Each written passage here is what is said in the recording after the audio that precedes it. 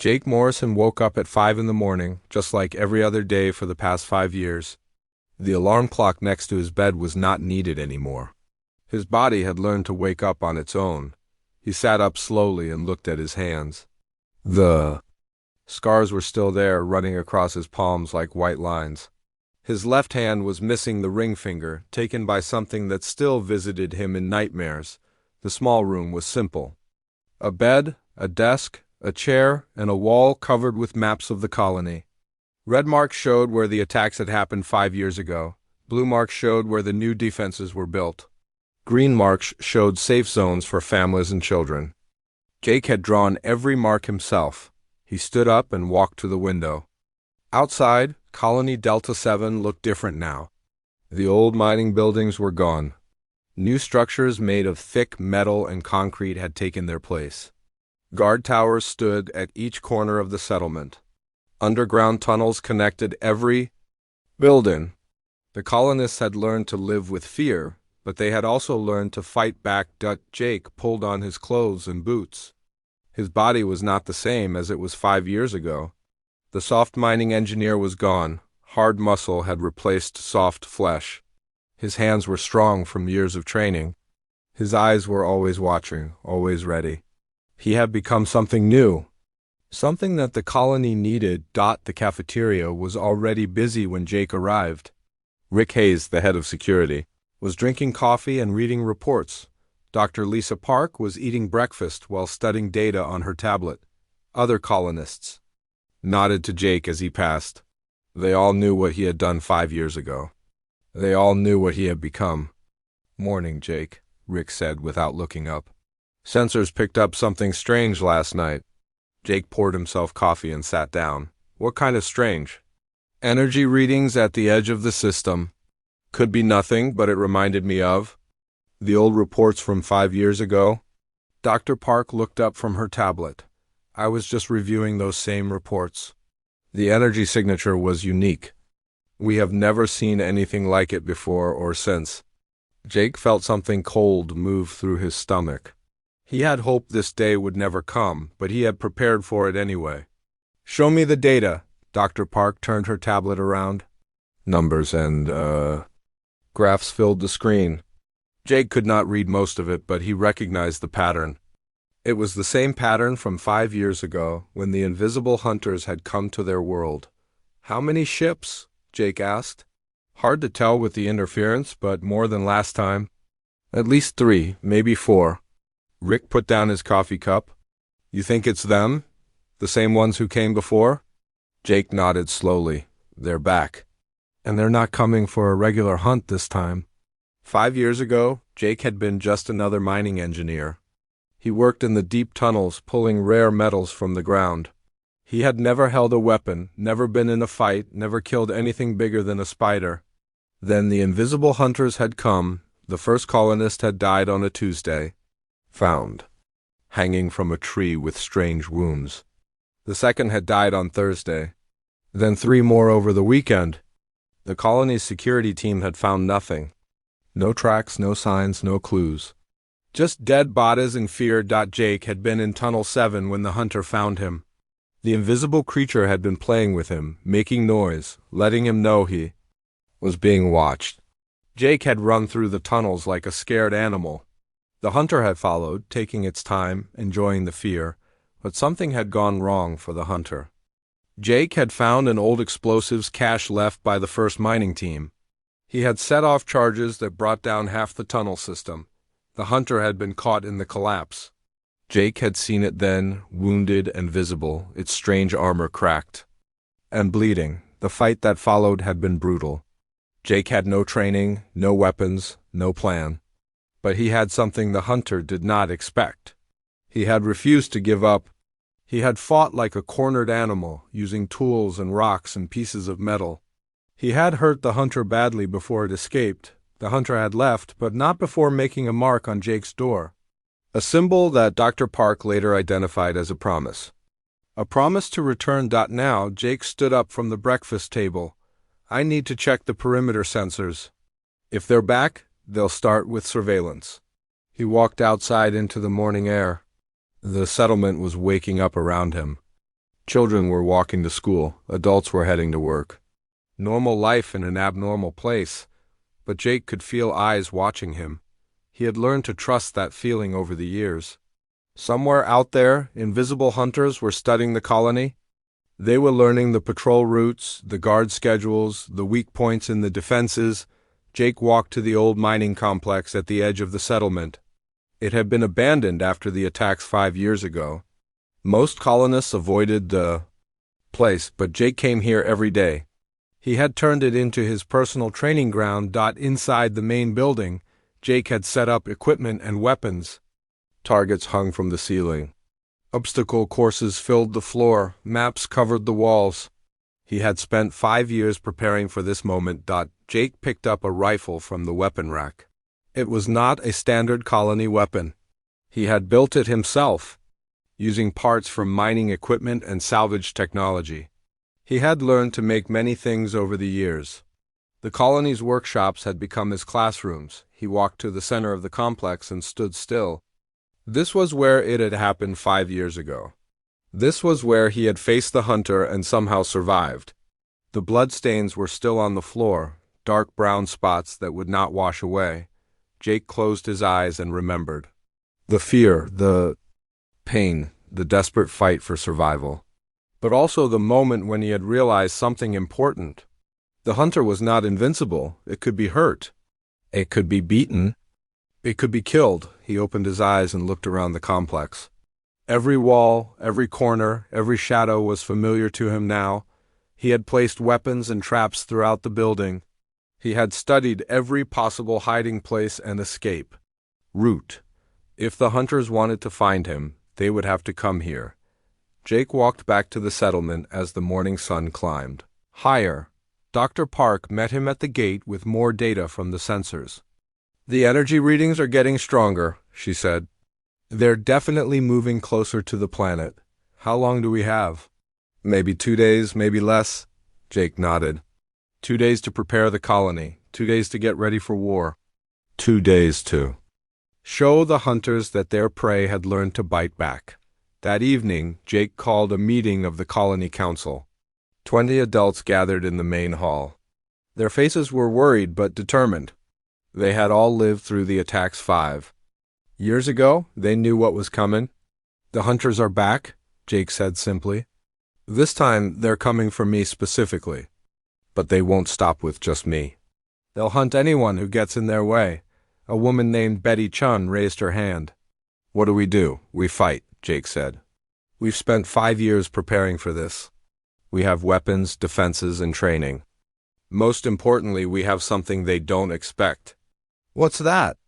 asked old Pete Davis. Jake smiled grimly. "We have each other, and we have learned from our mistakes." The meeting continued late into the night. Plans were made, duties assigned, preparations begun. The colony had changed since the first attack. The people had changed too. They were no longer helpless victims waiting to be hunted. Jake stood at his window that night, looking out at the stars.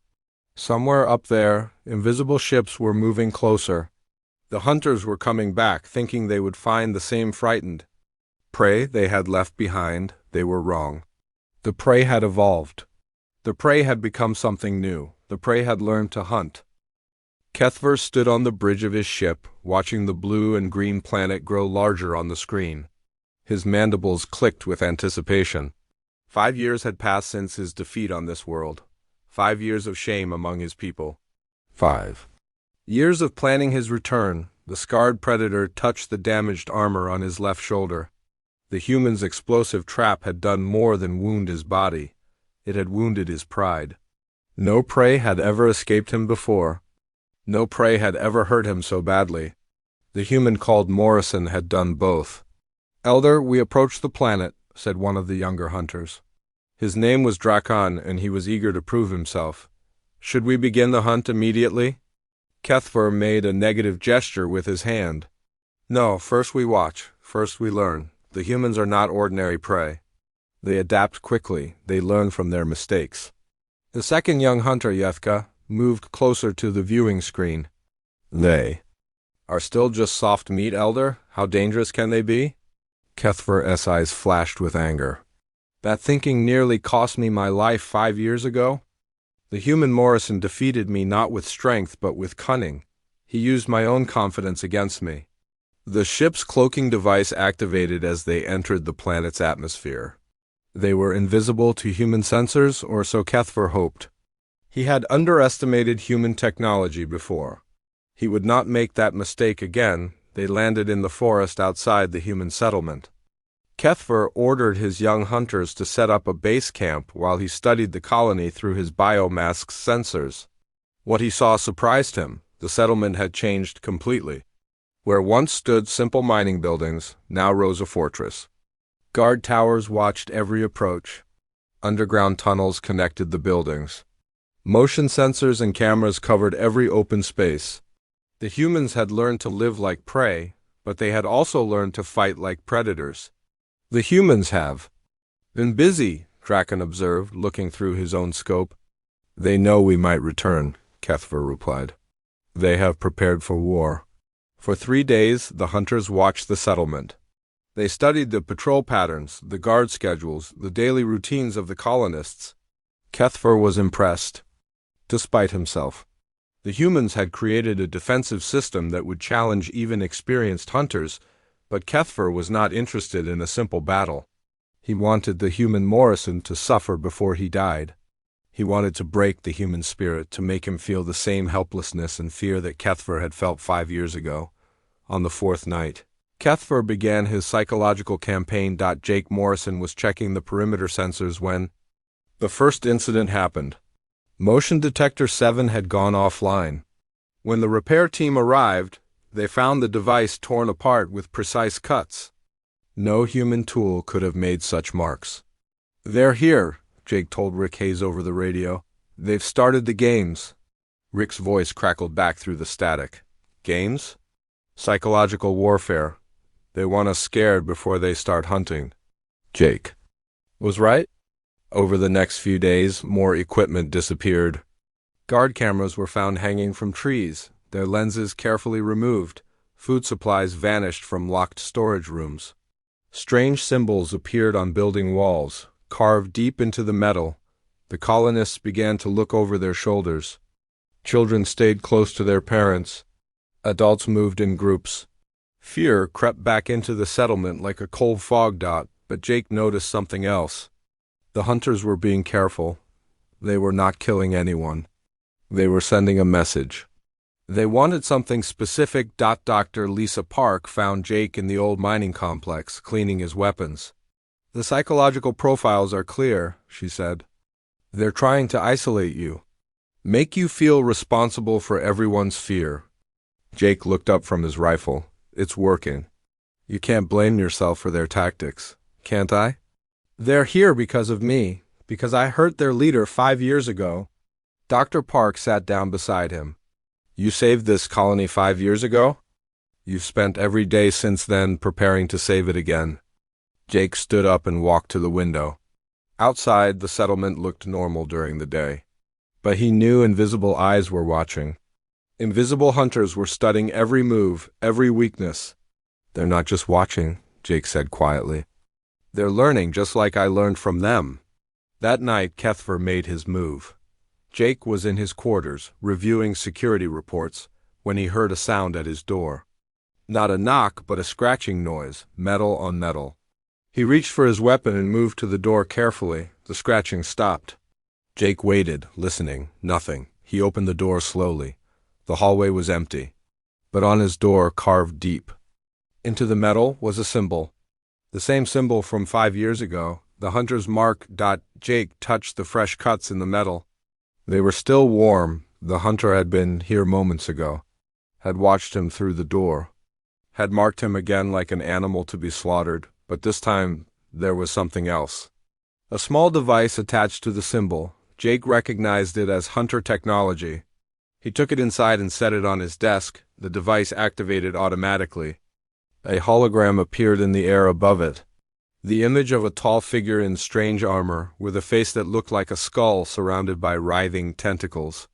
The hunter from 5 years ago. The image spoke in a voice like grinding metal. The words were in the hunter's language, but Jake had learned some of it over the years. The message was simple and clear. Morrison, I have returned. You defeated me with trickery and cowardice. Now I offer you a chance to die with honor. Come to the old mining complex at dawn. Come alone. If you refuse, I will hunt your people one by one. They will die slowly. They will die in pain. Choose. The hologram faded. Jake stared at the empty air where the image had been. He had known this moment would come. He had prepared for it. But now that it was here, he felt the old fear creeping back. The hunter was right about one thing. Jake had won their first fight through luck and desperation. He had used explosives and traps because he had no other choice. But was that really cowardice? Or was it just using every advantage available? Jake walked to his mirror and looked at himself. The scars on his face had faded over the years, but they were still visible. His missing finger was a constant reminder of the price of survival. His body was harder now, stronger, but he was still just human. The hunter was bigger, faster, stronger. It had better weapons, better armor, better training. In a fair fight, Jake would lose. But Jake had learned something important over the years. There was no such thing as a fair fight when your life was on the line. Jake spent the rest of the night preparing. He checked his weapons, reviewed his plans, and said goodbye to the life he had built. He wrote letters to Dr. Park and Rick Hayes, explaining his preparations and his hopes for the colony's future. As dawn approached, Jake made his way to the old mining complex. The building looked the same as always, but Jake knew it was different now. It was no longer just his training ground. It had become his arena. He stood in the main entrance and looked around. Every corner, every shadow, every piece of equipment was familiar. He had spent 5 years turning this place into his advantage. Now he would find out if it was enough. Jake checked his watch. Dawn was 5 minutes away. Somewhere in the darkness, the hunter was waiting. Somewhere in the shadows, death was preparing to strike. Jake smiled grimly. The hunter thought he was the same frightened mining engineer from 5 years ago. The hunter thought he was still prey. The hunter was about to learn how wrong he was. Jake Morrison was done running. Jake Morrison was done being afraid. Jake Morrison was ready to hunt. Jake entered the mining complex as the first light of dawn touched the horizon. The building felt different now. The air was thick with tension. Somewhere in the darkness, death was waiting for him. He carried his modified rifle in his hands and wore light armor made from salvaged materials. On his belt hung 3 different knives, a pistol, and several small devices he had built over the years. His pockets were full of surprises that might give him an edge. The main processing chamber was exactly as he remembered it. Large machines stood silent in the darkness. Pipes ran along the walls and ceiling. Shadows filled every corner. This was where it had happened 5 years ago. This was where he had first faced the invisible hunter. Jake moved carefully through the space, his eyes scanning for any sign of movement. The hunter could be anywhere. The cloaking device made him nearly impossible to see. But Jake had learned to look for other signs over the years. A small sound made him freeze. Metal touching metal, very quiet, very careful. Jake turned slowly toward the sound. Nothing visible, but he could feel eyes watching him. "I know you're here," Jake said quietly. "I can smell you." It was true. The hunter had a smell like hot metal and ozone.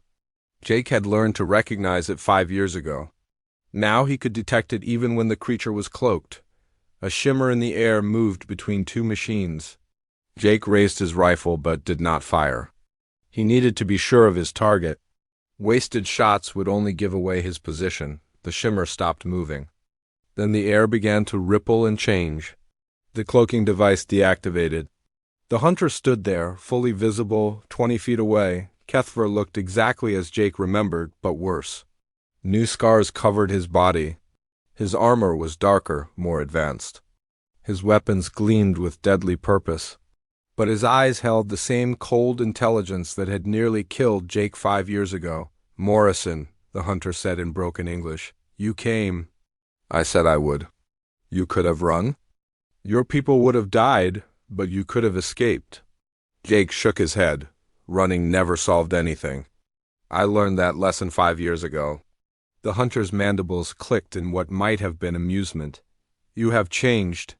You stand differently, you move differently. You are no longer the frightened prey I remember. People change, we adapt, we learn. Yes, I have learned as well. I have studied your species for 5 years. I have hunted other humans on other worlds. I know. Your weaknesses now? Jake kept his rifle pointed at the hunter but did not fire. What weaknesses? You care too much for others. You sacrifice yourselves for the weak. You cannot abandon your pack even when survival demands it. Those aren't weaknesses. Those are strengths. The hunter tilted his head. We shall see. Without warning, Kethver moved. Not toward Jake, but toward a control panel on the wall. His clawed hand struck several buttons. Alarms began to sound throughout the complex. Emergency lights flashed red. Jake realized what was happening. The hunter had activated the old mining systems. Gas would start flowing through the tunnels. Heavy machinery would begin moving. The building would become a maze of death traps. The game has begun, Kethver said. Hunt or be hunted, Morrison. Show me what you have learned. The hunter activated his cloaking device and vanished. Jake was alone again, but not really alone. Somewhere in the growing maze of danger, the predator was moving. Jake ran toward the nearest control station.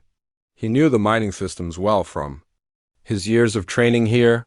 He began shutting down the most dangerous machines, but he could not stop them all.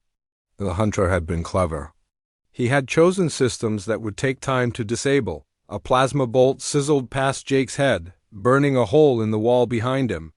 Jake dove behind a large machine as more shots followed. The hunter was using the chaos to mask his attacks. Jake pulled out one of his small devices. It looked like a simple radio, but he had modified it to detect electromagnetic signatures. The hunter's weapons and armor gave off energy that Jake could track. The device beeped softly. The hunter was moving along the upper walkway, trying to get a better angle for his shots. Jake smiled grimly. The predator was thinking like a hunter looking for high ground. But Jake had spent 5 years learning to think like prey. Jake crawled through the maze of machinery, staying low and quiet. He reached a maintenance tunnel that led to the level above. The hunter would not expect him to come from below. As Jake climbed through the tunnel, he heard the hunter moving overhead. Heavy footsteps on metal grating. The creature was being less careful now. Confident in his advantages, Jake reached the upper level and carefully opened a maintenance hatch. Through the opening, he could see the hunter's legs 10 feet away. The predator was studying the lower level, looking for his prey. Jake pulled out a small explosive device. Not enough to kill the hunter, but enough to surprise him. He set a short timer and slid the device along the walkway toward the hunter's feet. The explosion was loud and bright. The hunter stumbled but did not fall. His armor protected him from most of the damage, but the blast had disrupted his cloaking device. Jake could see him clearly now. Jake aimed his rifle and fired. The shot hit the hunter in the shoulder, spinning him around. Green blood splattered on the metal walkway. The predator roared in pain and anger. Kethver turned toward Jake's position and fired his plasma weapon. The beam cut through the metal hatch like paper. Jake rolled away as molten metal dripped around him. First blood to the prey, the hunter called out. But the hunt is far from over. Jake did not reply. He was already moving, using the network of tunnels and passages he had mapped over the years. The hunter might be stronger and better armed. But Jake knew this building like his own mind. The chase that followed was deadly and complex. The hunter used his superior weapons and armor to control the open spaces. Jake used his knowledge of the building to stay hidden and strike from unexpected angles. They fought through the processing chambers, up and down the maintenance levels, around the massive machinery that still rumbled and sparked. Each tried to gain advantage over the other. Jake discovered that the hunter had also prepared for this fight. Traps had been set in several locations. Explosive devices waited in corridors Jake had thought were safe. The predator had studied the building just as carefully as Jake had, but Jake had advantages the hunter did not expect. Hidden weapons caches placed over years of preparation, secret passages that did not appear on any building plans. Most importantly, backup systems that could override the hunter's sabotage. The turning point came when Jake managed to activate the building's fire suppression system. Foam poured from ceiling nozzles throughout the complex. The hunter's cloaking device worked by bending light, but it could not hide the shape of foam clinging to an invisible body. Jake saw the hunter-shaped hole in the foam cloud and fired.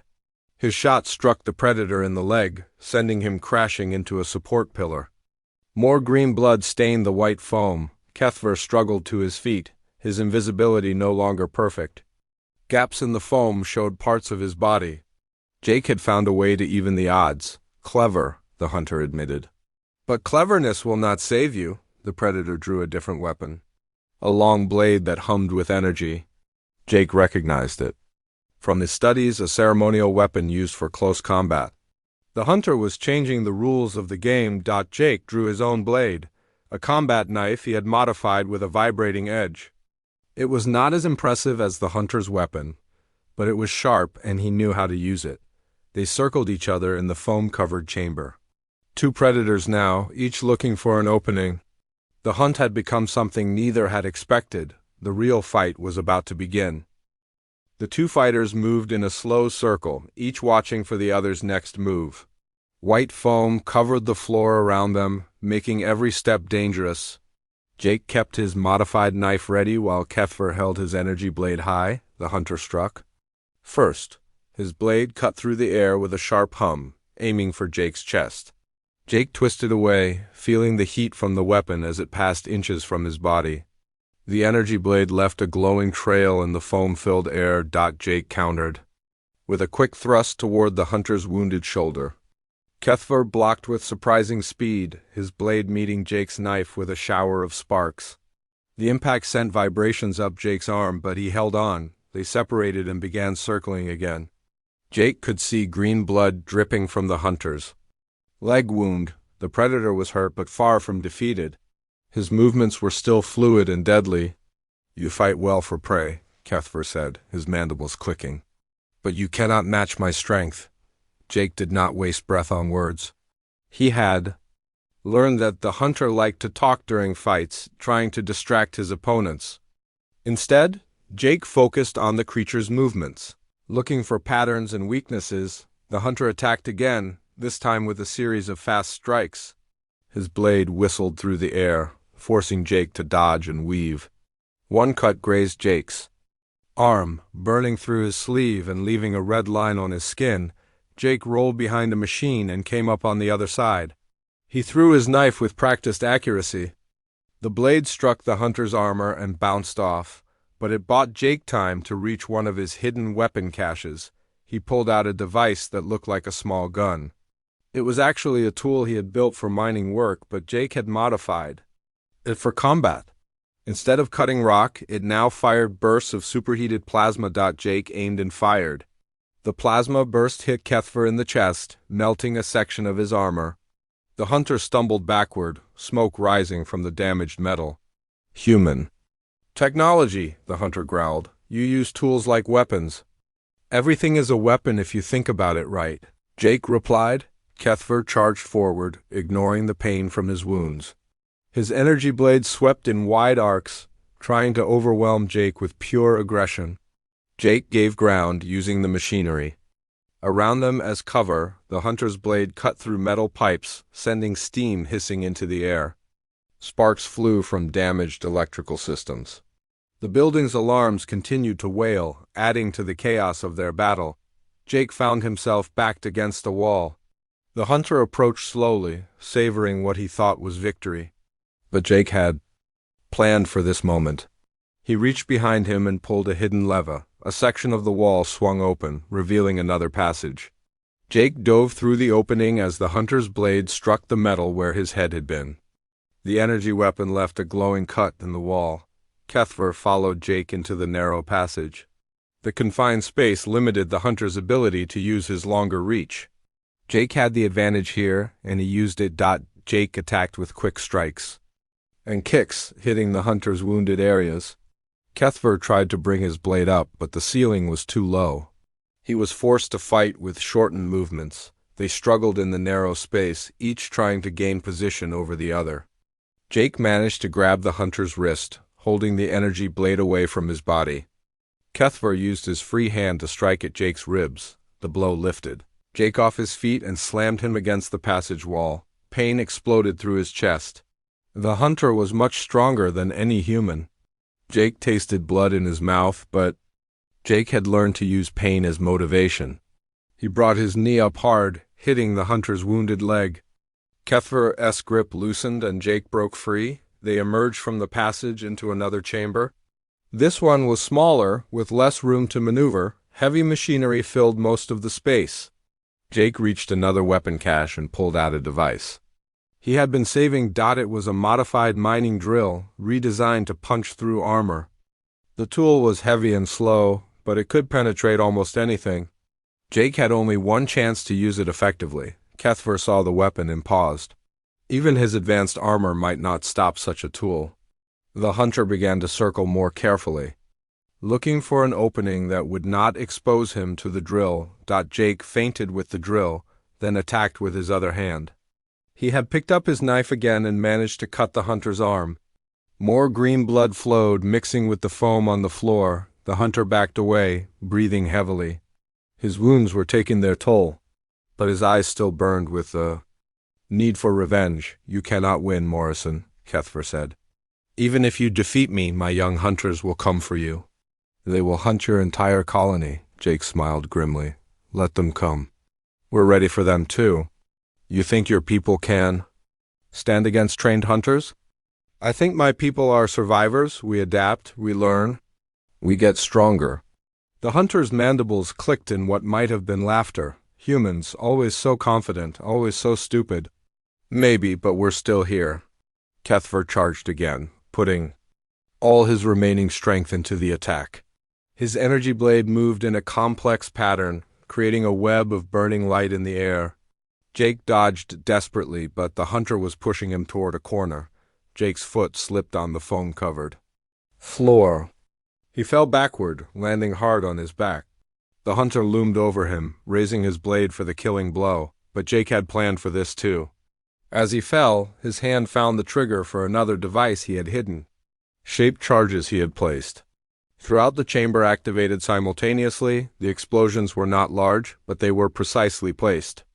Support beams cracked, ceiling panels fell. The hunter was caught in a shower of debris that knocked him sideways. Jake rolled away and came to his feet. Both fighters were now covered in dust and foam. Both were bleeding and exhausted, but neither was ready to surrender. They faced each other across the damaged chamber. The hunter's armor was cracked and smoking. His energy blade flickered with unstable power. Jake's improvised armor was torn and useless. His weapons were scattered around the room. "This ends now," Kethver said. "Yes," Jake agreed. "It does." They came together in the center of the room. No more weapons, no more tricks. Just two fighters who had pushed each other to their limits. Jake grabbed the hunter's wrist as the energy blade came down. Kethver wrapped his other hand around Jake's throat. They struggled against each other, neither able to gain the final advantage. The hunter's strength was fading from his wounds. Jake's determination was stronger than ever. Slowly, inch by inch, Jake forced the energy blade away from his body. With a final surge of effort, Jake twisted the hunter's wrist. The energy blade flew from Kethver's grip and clattered across the floor. Both fighters fell to their knees, gasping for breath. Jake reached for a piece of broken metal. The hunter tried to stop him, but was too slow. The improvised weapon found its mark. Kethver looked down at the metal protruding from his chest. Green. Blood spread across his armor. He looked up at Jake with something that might have been respect. "You have won," the hunter said quietly. "The hunt is yours." Jake sat back, exhausted and bleeding. Around them, the mining complex continued to fall apart, but the fight was over. The predator had returned for vengeance. But the human had changed more than anyone expected. Jake sat on the floor beside the wounded hunter, both of them breathing heavily. Green blood mixed with red blood on the metal floor. The sounds of the damaged building echoed around them, but the fight was over. Kethver looked at the metal piece sticking out of his chest. His breathing was slow and labored, but his eyes were alert and focused on Jake. "You should kill me now," the hunter said quietly.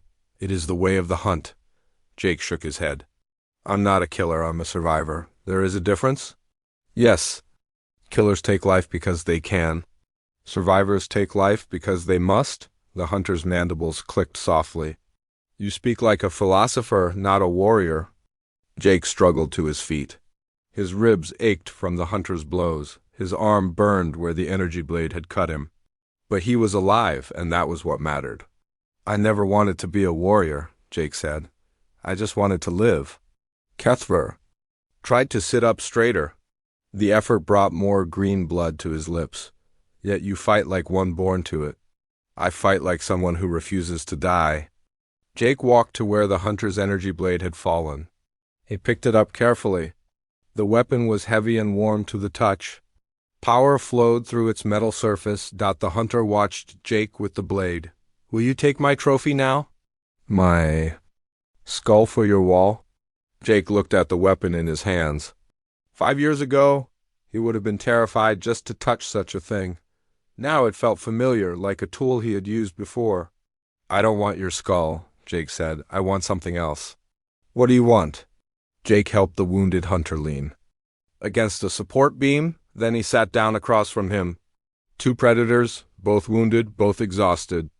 "I want this to end," Jake said. "Not just between us, between our people." Kethver's eyes widened slightly. "You speak of peace with hunters?" "I speak of respect between equals. Humans are not equals to Yatya, aren't we? You came here for revenge because a human defeated you. You spent 5 years planning this hunt because a human hurt your pride? That sounds like equality to me." The hunter was quiet for a long moment. Around them, the building continued to settle and groan. Emergency lights flashed in the distance. "My young hunters wait outside," Kethver said finally. "They will expect me to return with your head. Then we'll have to give them something else to think about." Jake stood up and walked to his emergency kit. He pulled out medical supplies and brought them back to the hunter. Kethver watched suspiciously as Jake began treating his wounds. "What are you doing?" "Keeping you alive long enough to talk." Jake worked carefully, stopping the worst of the bleeding. The hunter's armor had medical systems, but they were damaged. Jake's basic first aid was better than nothing. "Why do you help me?" Kethver asked. "Because dead enemies can't become allies. You think we can be allies?" Jake finished bandaging the chest wound. "I think we're more alike than either of us wants to admit." Outside the complex, they could hear movement. The two young hunters were getting impatient. They would come looking for their elder soon. "Tell me about the other threats," Jake said. "The ones you mentioned before." Kethver studied Jake's face. "Why do you want to know?" "Because if there are things out there that hunt humans, we need to be ready for them." The hunter was quiet for a moment. Then he began to speak.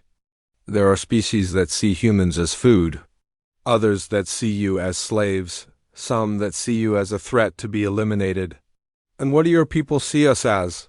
"We saw you as prey." "Interesting prey, but prey nonetheless." "Saw?" Past tense? Kethver nodded slowly. "You have changed that. What you did 5 years ago, what you have done today. You have proven that humans can become hunters." Jake heard footsteps outside the chamber. The young hunters were approaching. He helped Kethver to his feet. The elder hunter was weak but could stand. "What do we tell them?" Jake asked. "The truth, that the hunt has changed." The two young hunters entered the chamber with weapons ready. They saw their wounded elder and the human standing together. "Their confusion was obvious, Elder Kethver," Drakon said. "You are injured. Where is the human's head?" "The human stands before you," Kethver replied calmly. Yethka raised his weapon toward Jake. "Then the hunt continues." "No," Kethver commanded. "The hunt is over." "Over? But the human still lives. The human has won. He has earned the right to live." The young hunters looked at each other in confusion. This was not how hunts were supposed to end. Kethver stepped forward, despite his wounds. This human defeated me in honorable combat. More than that, he has shown me something new. Humans are not prey. They are competitors? Competitors? Drakon asked. They adapt faster than any species we have encountered. They learn from every encounter. They turn their weaknesses into strengths. Jake watched the exchange carefully. He could see the doubt in the young hunter's eyes. They had been taught that humans were just another prey species. Show them, Kethver said to Jake. Jake picked up his modified rifle from where it had fallen. He quickly disassembled it, showing the young hunters how he had built it from mining equipment and salvaged parts.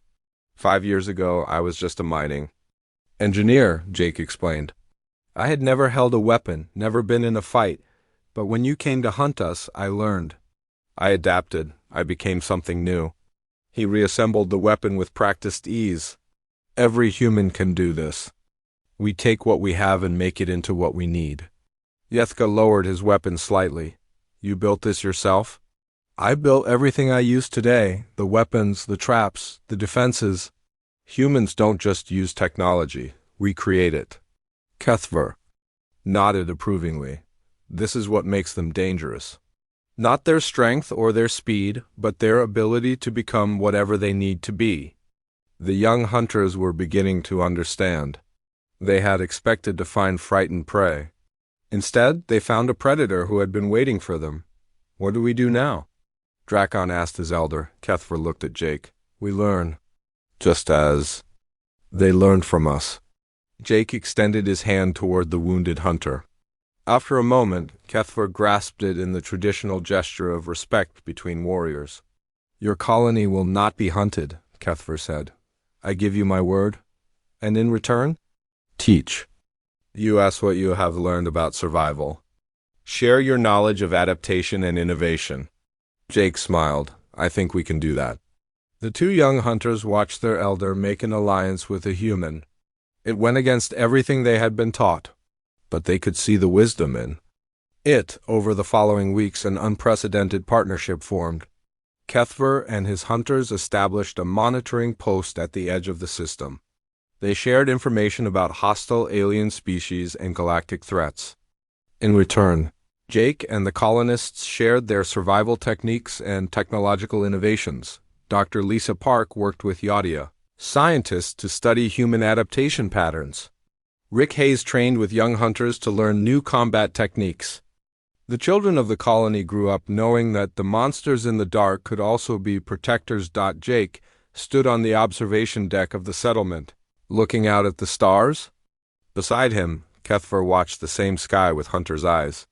Your people will spread across the galaxy, the hunter said. We have seen it in other species, but humans will be different. How? Other species conquer through strength or technology. Humans will conquer through adaptation. You will become whatever the galaxy requires you to be. Jake nodded. And your people? We will learn to hunt alongside you instead of hunting you. Above them, the stars waited. The galaxy was vast and full of dangers. But humanity was no longer alone. They had found allies among the hunters. The predator had returned for vengeance but found something better. The human had changed, and in changing had changed everything else.